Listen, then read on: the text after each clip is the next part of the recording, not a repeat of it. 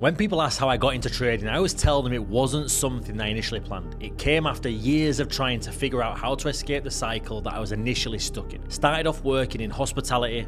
I was working with high-end clients who were flying in on private helicopters, coming in, ordering that expensive Macallan, smoking the cigar, and literally leaving within 1 hour of entering the premises. And there's me sat there thinking, how much of my week's wage was that? And it turns out it was quite a lot.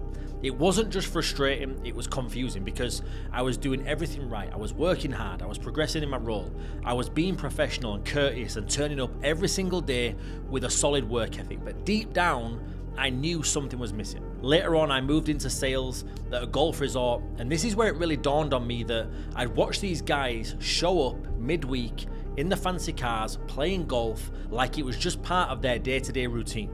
No stress, no clocking in and out, no rushing. And I remember sat there thinking, like, what do they know that I don't? And that thought really stuck with me. It made me realize that I wasn't the problem.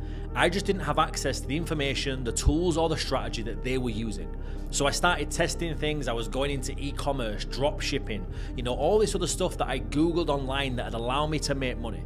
I went through all of the usual routes that every single one of you right now have probably tried, that other people were hyping up online. Some of it worked, I made great money, but a lot of it didn't, and it taught me a lot of lessons. Eventually I found something that clicked, something that was calm, structured, and actually very sustainable, but more importantly, I found a way to share it with people who are in exactly the same position that I used to be. So that's what I do now. I don't just teach on trading, but I give people a way out of the cycle that they were never meant to be stuck in.